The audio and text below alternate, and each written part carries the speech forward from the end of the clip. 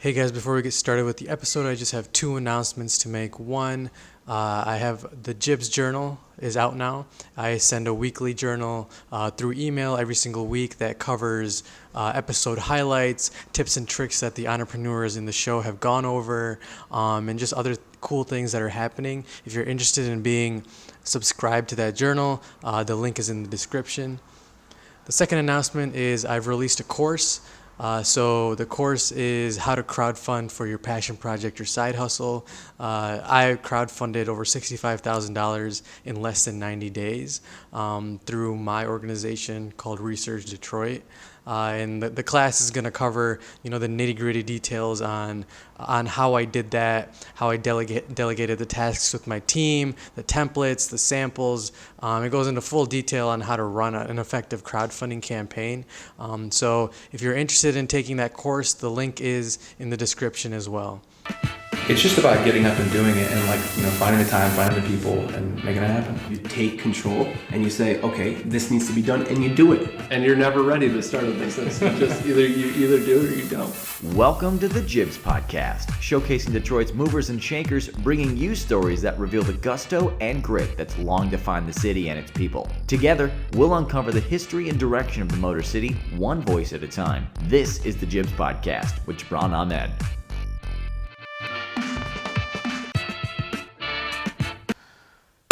What's up, everybody? Welcome to the newest episode of the Jibs Podcast. I'm here with Sarah from Team fEMR. How are you? I'm good. How are you? I'm good. It's a beautiful morning. It is. Drove through a beautiful neighborhood. Yes. So thank you again for being here. I really appreciate it. Of course, yeah. Thank you for having me. Absolutely. So let's get right into it. Can you explain what Team fEMR is?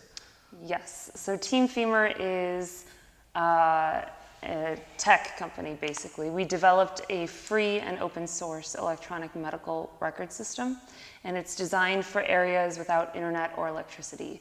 So mobile clinics and refugee camps and disaster scenarios. I hesitate to say we're just a tech company because we're also really focused on the data that we collect and utilizing that to research and improve quality of care for mobile populations. So where are you guys working right now? The system's been deployed since 2014 to Haiti, the Dominican Republic, Nicaragua, Peru, the Peruvian Andes, and it'll be deployed in Jordan, in Syrian refugee camps next month. And it's been piloted with FEMA for domestic disasters as well out in California. Mm-hmm. So where did the idea come from? How did it start? Yeah, good question. So we were all students, the three of us. There's three co-founders, Dr. Eric Brown, Kevin Zurich, and myself. And we were students at Wayne State University. Back in 2010, the earthquake struck Haiti. And so Eric and I volunteered in the aftermath of the earthquake, and we worked in clinics. And in one of the clinics, a patient died from diabetes. And when we got back to the States, we learned that another team had been there a month prior. So had we shared information, we would have brought insulin and perhaps gotten her to a hospital. Mm-hmm. So we noticed the need and the lack of continuity and communication between volunteer clinicians, and a large part of that was not being able to keep electronic records. So we implemented the project into computer science classes at Wayne State University. We met Kevin there, and he joined, and the three of us incorporated and have volunteered ever since. So how are you getting into these different countries? Who are you talking to? Great question. Until recently, we haven't done any interviews or any advertisements. It's literally just been word of mouth. A lot of people, a lot of medical schools have, student organizations that want to go help in these remote areas. And word of mouth happened. So University of Tennessee has used us, Louisiana State University, Virginia Commonwealth University, all of these schools of medicine, Google EMR for short-term medical missions, and we're one of the only things that comes up. So I guess that's how. We've presented on the importance of data and various aspects of our data collection at academic conferences, and I think that's another way how people have heard of us. Sure. Yeah. So I guess I'm really curious when you are talking with these different people from different countries, has there been a barrier of language or maybe barrier of culture, or just different kind of understandings that have, either been funny or just frustrating? Yeah, good question. Two stories. Well, the first is that, so our system is designed for American clinicians who are volunteering for a week at a time in a remote setting. So, or in a, refugee camp or something. So it's designed for like English-speaking Americans working abroad, and then they come back. So we don't really interact with people from these different countries or these different disaster zones. But I will tell you, I, for the first time, had to go to a pharmacy in America. So I volunteered in Haiti in the aftermath of the earthquake in 2010, 11, 12, and I think the beginning of 2013. So I've never, on those like groups, if you needed drugs because you were sick, you're in like the middle of nowhere, so the doctor on the team would give you medicine, I'd never actually been to a pharmacy until like a couple months ago. And I had to go, and I was like, I have no idea how this works. I've never done it in America, but that's the only funny story, I think. So you said you started in 2014, right? Yeah, 2011 we started development. We incorporated officially as like a group in 2014. When it deployed for the first time, but we developed it, the years leading up to that. Right. Yeah. So, are there any? So that was like kind of like the development phase. I'm assuming. So like, from the development phase up to like implementation and even up until now, have you faced any like criticisms or obstacles or people being like, this doesn't work out? Or Great question, and I'm so glad you asked. So there's a lot of controversy around short-term medical missions. Within the medical community and the academic community. And that's because, if you go somewhere for a week, how much can you really help someone who has diabetes or hypertension? So what is the point of going for a week and then leaving? And how do you know those medicines are being used properly? And standards of care in America are not the same standards of care necessarily in other regions of the world. So when I say we developed an EMR for short-term medical missions, that's what it was originally designed for. People automatically assume that we support short-term medical missions and that we are for them and that we think they're great. That's not necessarily true. For instance, we started because there was a preventable death, because these people, the folks that we were treating relied on us having the right medicine, and we didn't have the right medicine, so it was preventable. So we started this to analyze quality of care in these settings, which has not been possible before because there's not been record collection or data analysis of these types of groups before.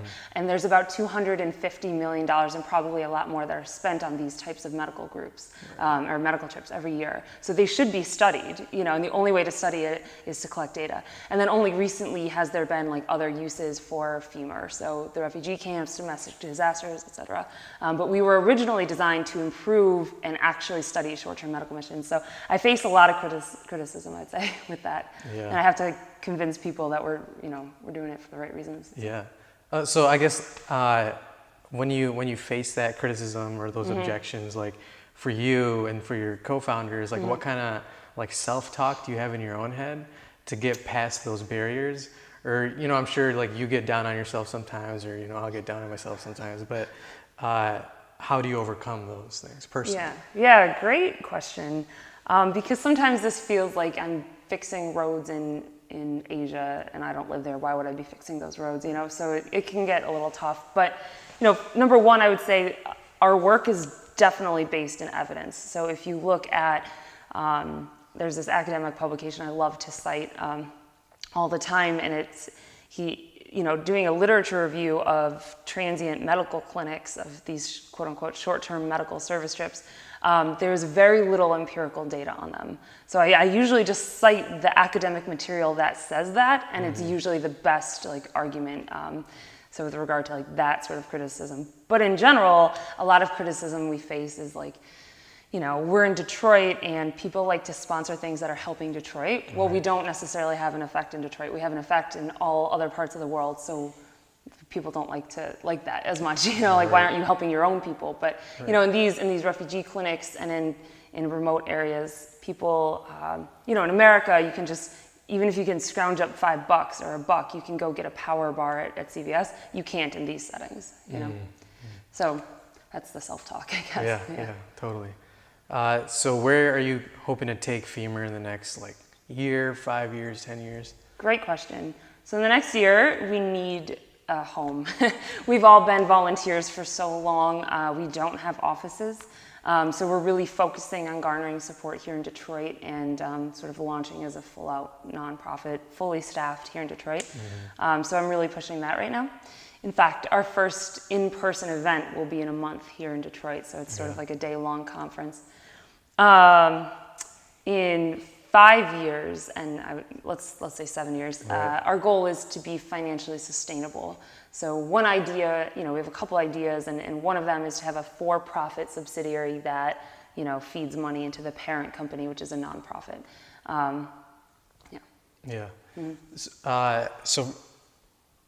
A big part of this podcast is being able to offer tangible advice for people listening that want to start an organization or a business or anything. So being a nonprofit, what has been your experience, writing for grants or trying to raise money, just operating as a nonprofit in general? What kind of advice would you give to people? Ooh, so much. So operating as a nonprofit specifically, I've found over the years that a lot of folks are very well-intentioned and they make a nonprofit and their heart's in a good place and they're well-meaning, but it fizzles out. And because a lot of folks who do that don't necessarily have MBAs and have studied business or entrepreneurship or whatever.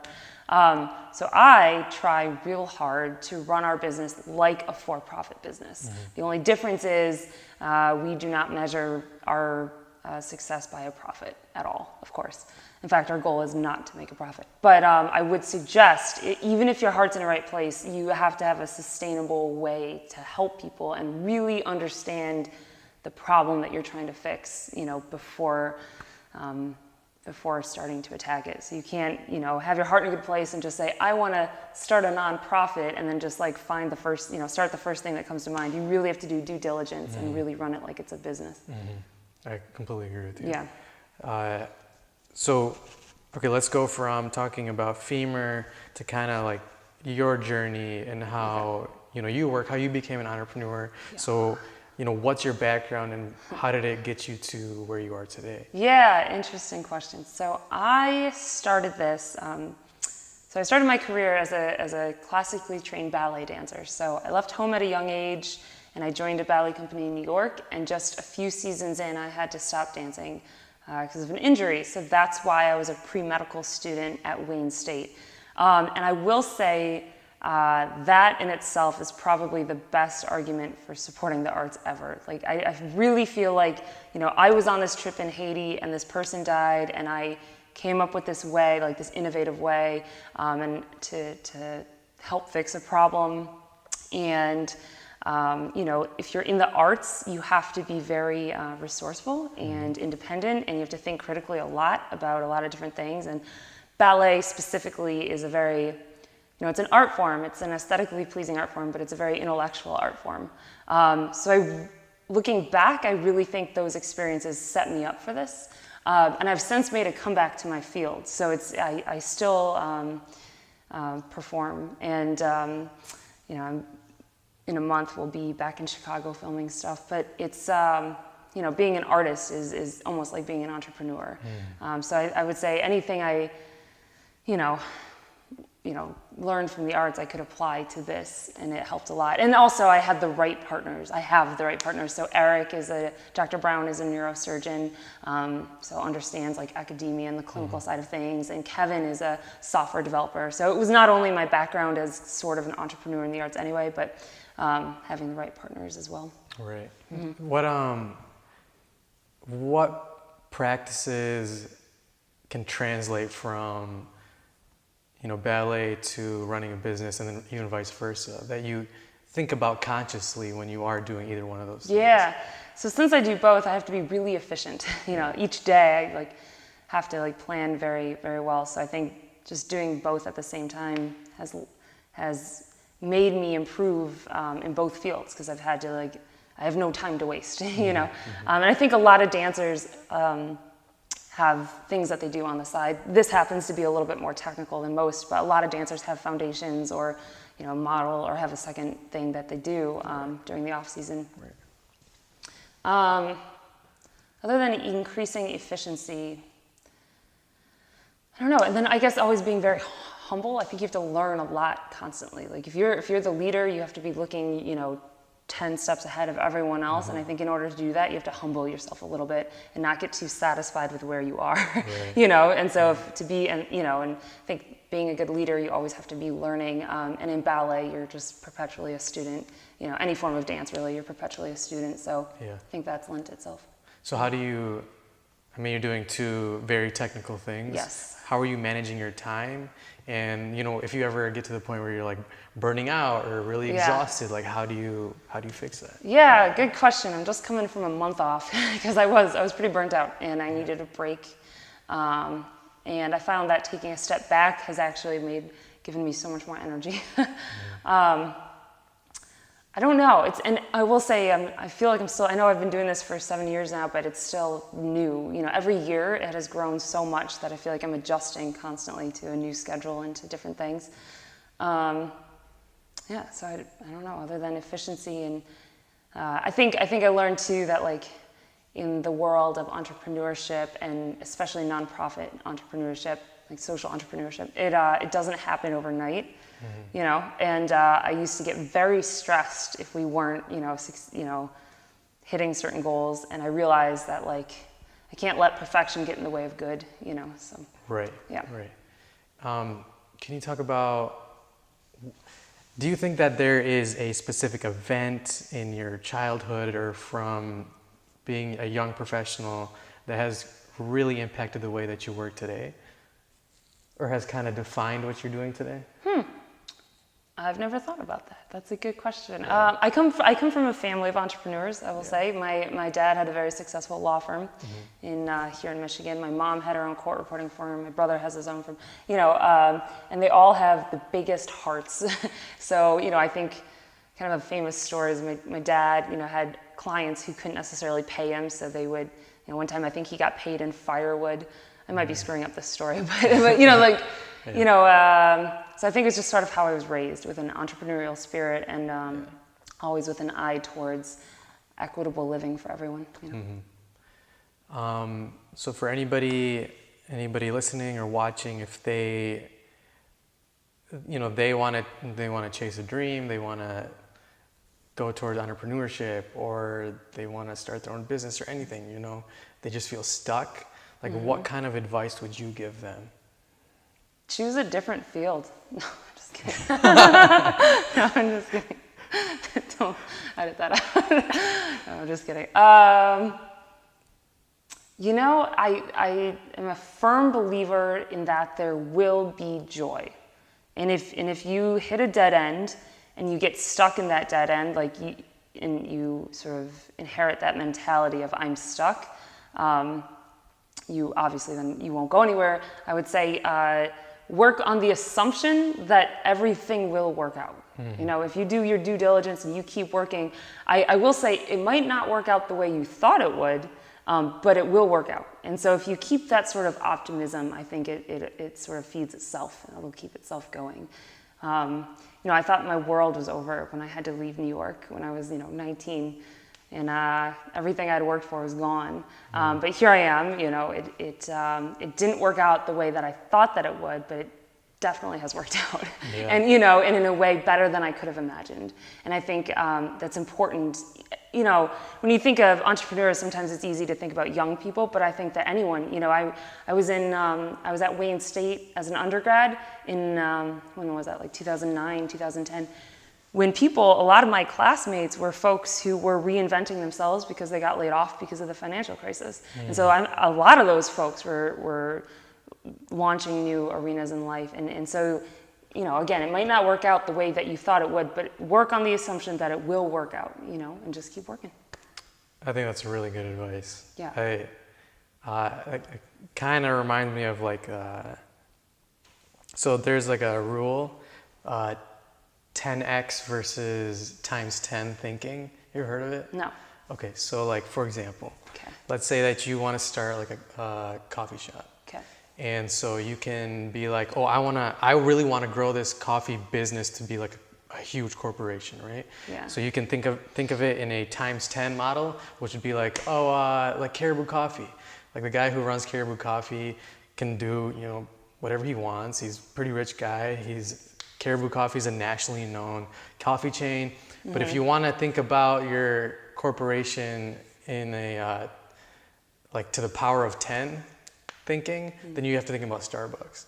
Like how does Starbucks run? The guy that runs Starbucks is an internationally known brand, right? Yeah. So Yeah. if you make every decision on that to the exponent of 10, thinking that if this decision is gonna get me to that point, then you're gonna get a lot more farther than you think that you're gonna get. Yes. I agree. Yeah. 100%. Yeah. I didn't explain that well, but anyway. No, I get it. Like exponential. No, I get it. Yeah. Well, cool. Is there anything else that you feel like you want to tell the listeners or tell anybody that's watching? Detroit is an exciting place. Yeah.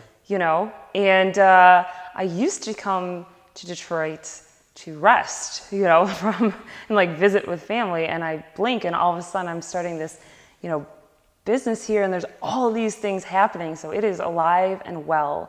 And I think if you're going to be an entrepreneur, I was saying this morning to folks on the phone that tech companies, I think, want to go to the coasts, San Francisco or New York. But honestly, I think Detroit's a much better option. There's a lot of, I know Detroit's sort of known for blue collar workers and, what have you, but there's a whole lot more going on now. These days, there's all these artists here, moving here. There's, the university is producing a lot of great talent that I'm looking to hire, so, start with what you have and where you are. And I think that there's a lot of potential here. Yeah, there's a good quote that goes, Detroit's big enough to matter to the rest of the world, but small enough for you to matter in it. Yes, yeah, I agree. And it's really exciting. There's a lot more like opportunities for nonprofits, and there used to be the Wilson Center. I don't know if you know about that. Is opening up, and all these this building that we're in right now. All these opportunities for nonprofits. So it's a really exciting time, and I can't wait to connect with anyone who's listening right now. I think you touched on a great point, and I think that's why this podcast kind of exists, to highlight all these people that are doing things and that don't really get the opportunity to showcase themselves. That Quicken Loans does, or these other companies that are downtown. Well, good for you for hosting it then. Well, thank you. I appreciate it. So for people listening or watching, if they want to get a hold of you, how can they do so? So that's teamfemr.org. So TEAMFEMR.org. You can donate straight on that website, or email us, any of us, or join. If you're a developer, you can join our sort of development community in Slack. If you're a clinician, you can test out the EMR online. Cool. Yep. Well, I really appreciate you being on the show. And for everybody watching or listening, until next time, stay tuned. Cool.